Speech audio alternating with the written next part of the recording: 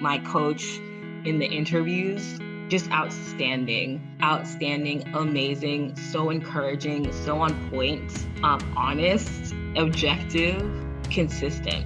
I needed that. I would not be where I am without that support that you and your team gave me. You're watching the Art of Applying's Client Case Study Series, where we sit down with our clients who have just been accepted into their dream graduate schools. We talk about their stats, acceptances, scholarships, and their advice and encouragement for other applicants just like you.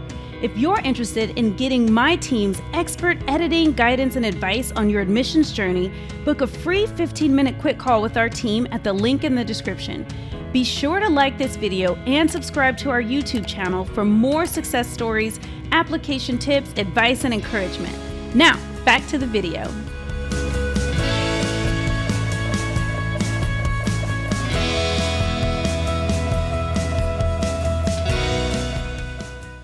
Hello, everyone.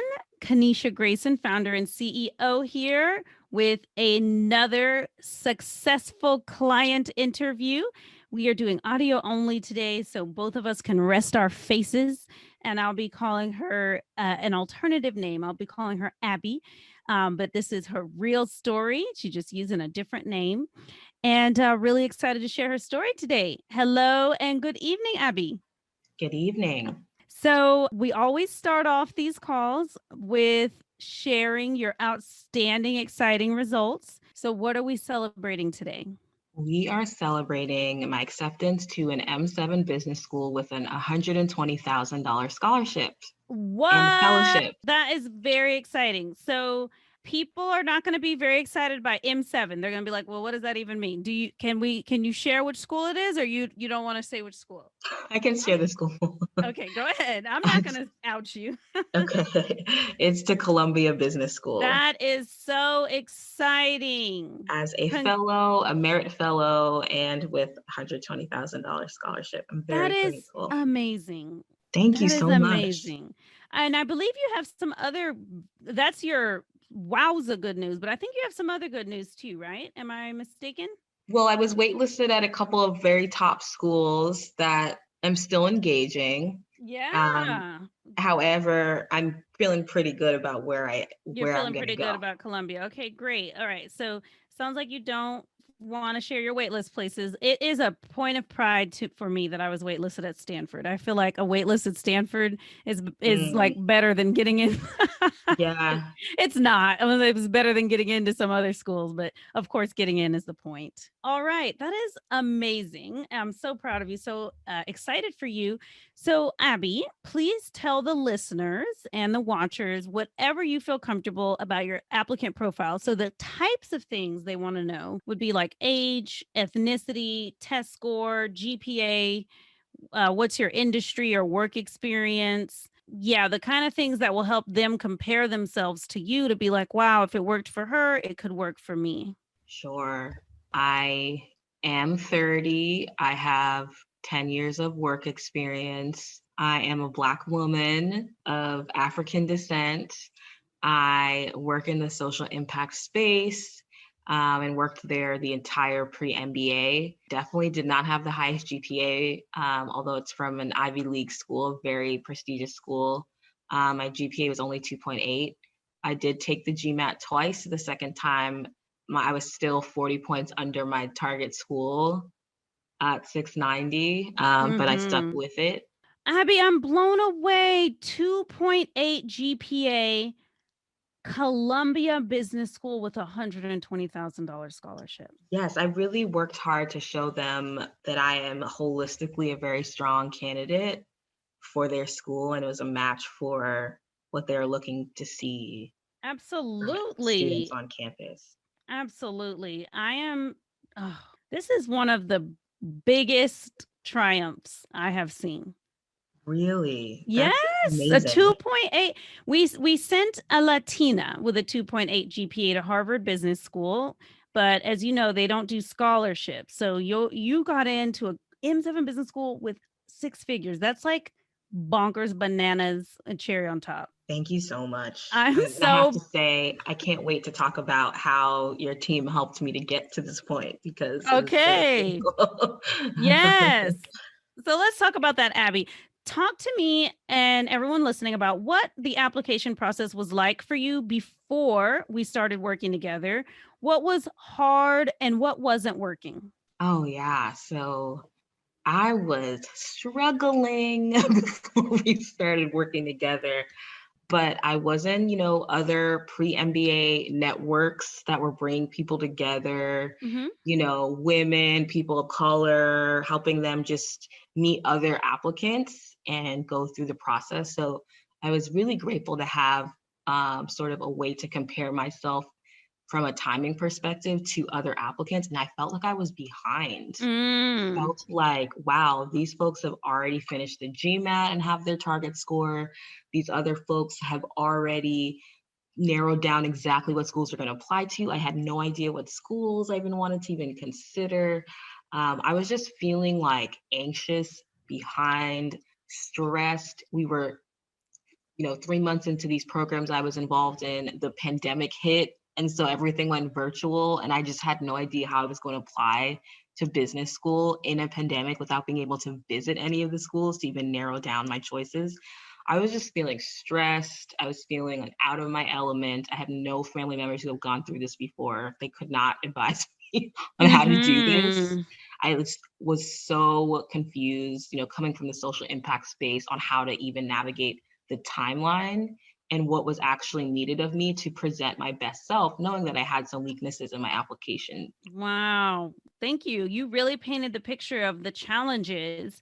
And so, how did you find the art of applying? And when you found us, what inspired you to reach out? I have been following the art of applying for actually a couple of years.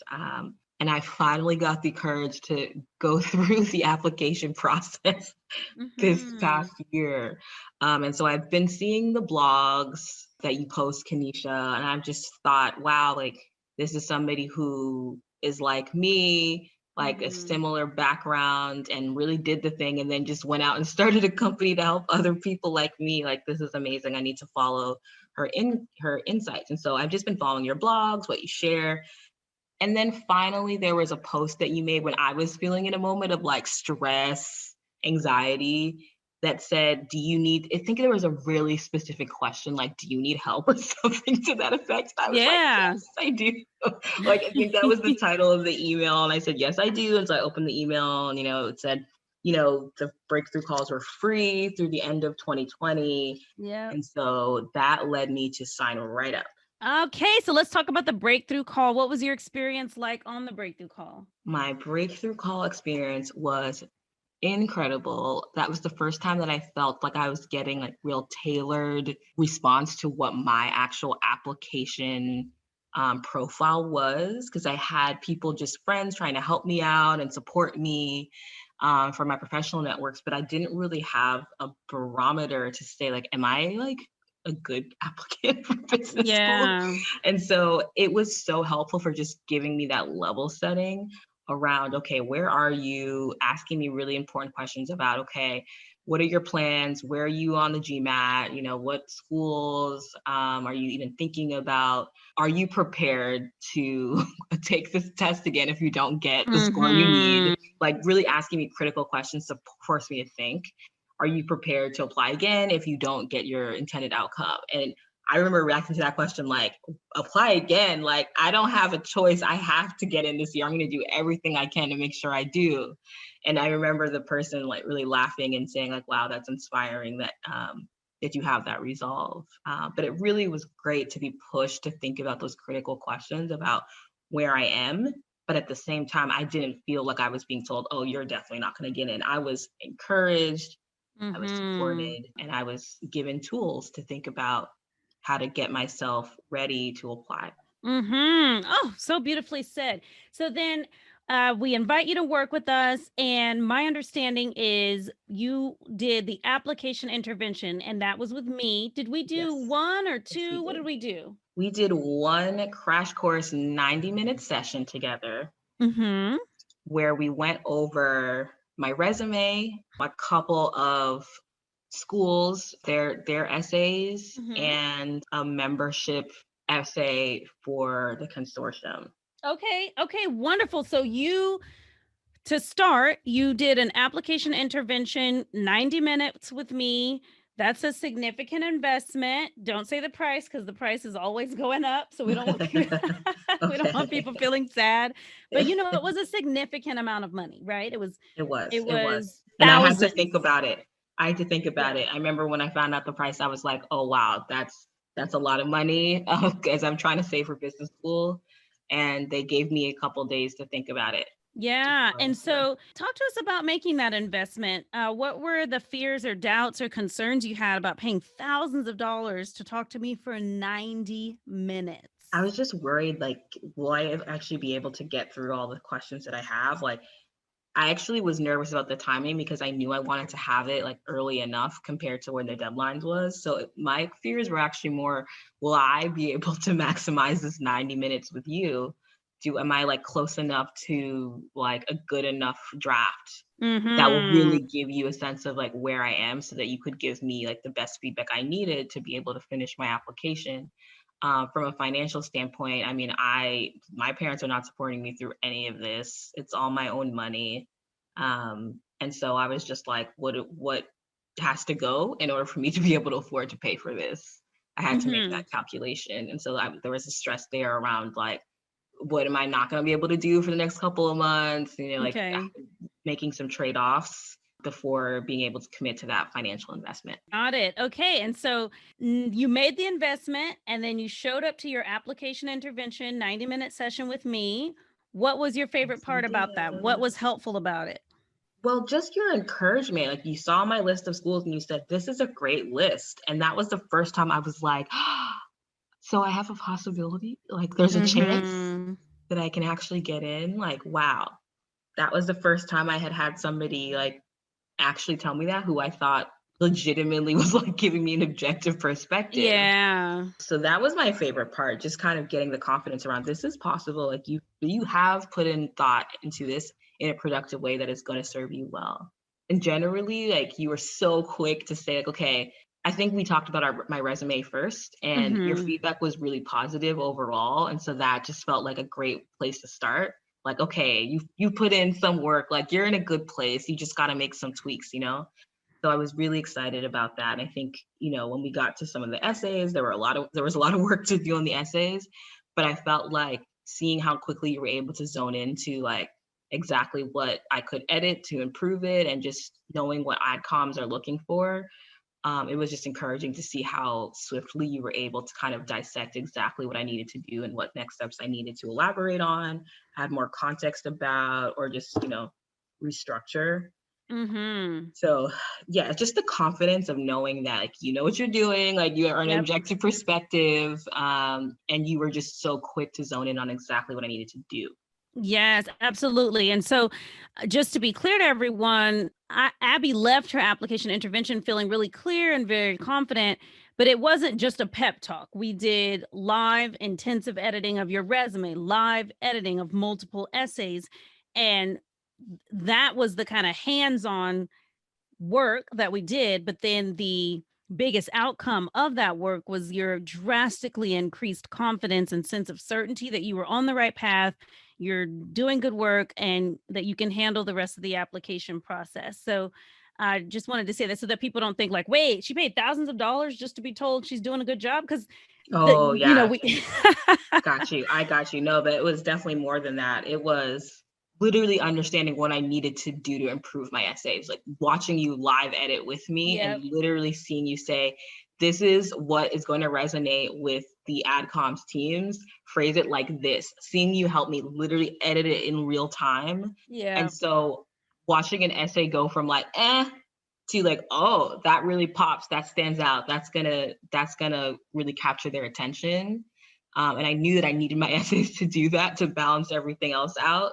So just literally seeing a transformation of my written content in the time we were working together was so significant that it gave me confidence, but not just for no reason. It was because literally I was seeing the improvements in real Hmm. Beautifully said. And so then the interview invitations started rolling in. time. Yes, yes, yes. Do you want to tell us a little bit about that and what that felt like? Tell me what would be helpful to share. I was shocked is what I'll say. Like, I think I got an interview at every school except maybe one. Every school I applied to, and I applied to like all top schools. I had no Yeah, no safety schools. I can't say that I had escaped. I did not apply to a safety school. That's I was like, if I'm amazing. gonna go, if I'm gonna spend the money, like it has to be a top school. For me, that was like the commitment I made to myself. And And how everybody many was telling me like, "Are you sure?" right. How many schools did you apply to? Yeah, I ended up applying to 7. Wow. So 7 schools, 6 interviews. Excellent. Okay. And so then after you got your interviews, I believe you purchased some hours of hourly coaching to do some mock interviews. Is that correct? That's correct. So once I got to Okay. the interviews, I knew that I just wanted to get some support for the ones that I really wanted to hone in on in particular. And one of the two was Columbia. There was a really exciting opportunity just to prepare for that, just given the timing that I had for when it was scheduled. And so I knew I wanted to just get some coaching and feedback on how to prepare, literally practice, get live feedback. How long were my answers? Did they make sense? Was I being organized? That was the kind of feedback I was getting in real time, where I could literally realize and go back and say, okay, I can do that differently. I'm going to shorten that answer about myself. That resume, like walking through the resume question is the hardest one for me, just to keep concise. Cause again, I have a lot of working experience and I was so excited to talk about all of it. So really getting that coaching on like being concise, being clear, show them the organization of your thoughts, Yep. really draw them in with your story. It was really, really helpful to be able to practice that with the team. Fantastic. Very, very well said and very so clearly shared. I can see how you must have really shined in your interview because you're doing a great job sharing your thoughts and your experience with everyone listening. And so I'm going to start asking you some more deep questions like, Sure. like I think the first one will be about other people listening to this interview or watching this that are thinking, wow, Abby had a 2.8 GPA, outstanding work experience, um, and a low GMAT score, then became an okay, a pretty strong GMAT score for, let's say, consortium schools. But you Mhm. weren't just you were focused on top schools. Right, right. So, what would you say to someone who has a 2.8 GPA, it has outstanding work experience. They have some other qualities in common with you, and they're like, that's great that it worked for her, but like, I don't know, will this company work for me? And one thing I hear a lot, Abby, and I want you to comment on this and tell me what you think, is people say, well, I'm going to become GMAT final and then I'll reach out for help. Or I'm going to go crush the GMAT or get a really good score on the GRE and then I'll reach out to the Art of Applying for help. What would you say to them? Oh, goodness. I would say, please don't wait until you're GMAT ready to reach out. Please don't do that. It is so important to be multitasking in the business school application process. And it is so hard to actually like let go of the GMAT. I'll just say that. Like you're gonna constantly be feeling like, oh my goodness, I need to do a little bit better. I need to do a little bit better. And it will, if you let it, drive you up a wall to the fact where you can't even focus on everything else. The business school application process is holistic. It takes into account your essays.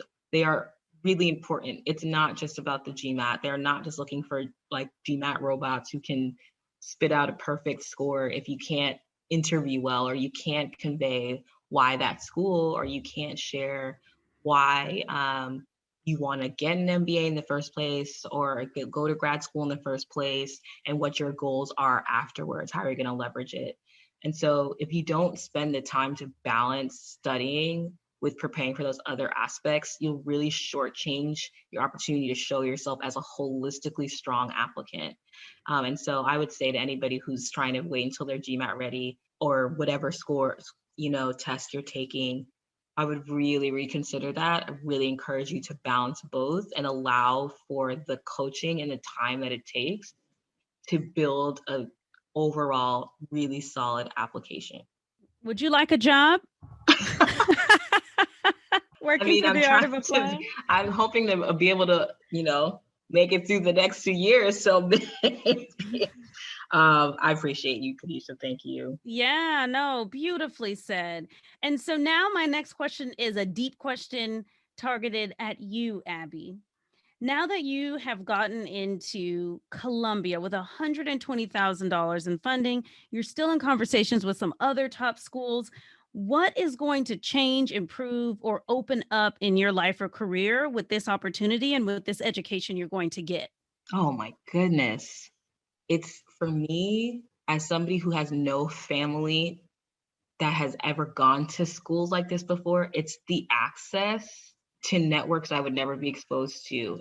It's going to transform my confidence and my ability to say, yes, when I'm aiming for that CEO position, I have the training, I have the networks, the access. I've taken the time to really step back from my career and reflect. So I've had that space. And so I coming with clarity that will be in a new way from being able to have this time. There's so much that I'm looking forward to being able to do with this degree and with what it opens up for me and honestly my family. Like I did this for my family too. And my mom, I remember her crying when I told her, and she continues to text me, I feel like this is me. I'm so happy. Like I did it for my whole I family. Like love the it. next generation, like we will be in a different place, and the making it worth it, that investment in my education, that investment in me, like as an individual, to encourage me to persevere. I want to carry that to help my former generation, my parents' generation, and for the next generation of my family. It's bigger than me. And so what it will give me is that opportunity to pay it forward, to take things to the next level in my family, and to just be able to pay it forward to my community as well. This just opens up so much that I just did not have access to at all. So I'm really looking forward Mhm. to that. Oh, that was just beautiful. I'm so proud of you. I'm so Thank happy for you. Abby, you. $120,000 is Thank some you. serious money. Yes. I'm really grateful. Oh, I'm so anything else you grateful. want to share before we close your interview and have our special one-on-one time? I just wanted to say thank you, Kanisha. That's what I want to say. I want to say thank you. I want to say thank you to your team. They know who they are. The person who helped me for my breakthrough call, to my coach in the interviews, just outstanding, amazing, so encouraging, so on point, honest, objective, consistent. I needed that. I would not be where I am without that support that you and your team gave me. So I just want to thank you so much. It's been an amazing journey. Well, I cannot say anything better than that. Thank you for sharing your story, Abby. You are so welcome, and I am honored and thrilled to be a part of your journey. And I look forward to seeing how we can even optimize these amazing results and make them even better. Thank you, Thank Abby. you. Thank you so much. Thanks for watching. Are you ready to take your application process to the next level? The Art of Applying helps you get into the graduate school of your dreams and get money to pay for it. Book a free quick call from the link in the description to get started. And subscribe to our channel for more application tips and success stories.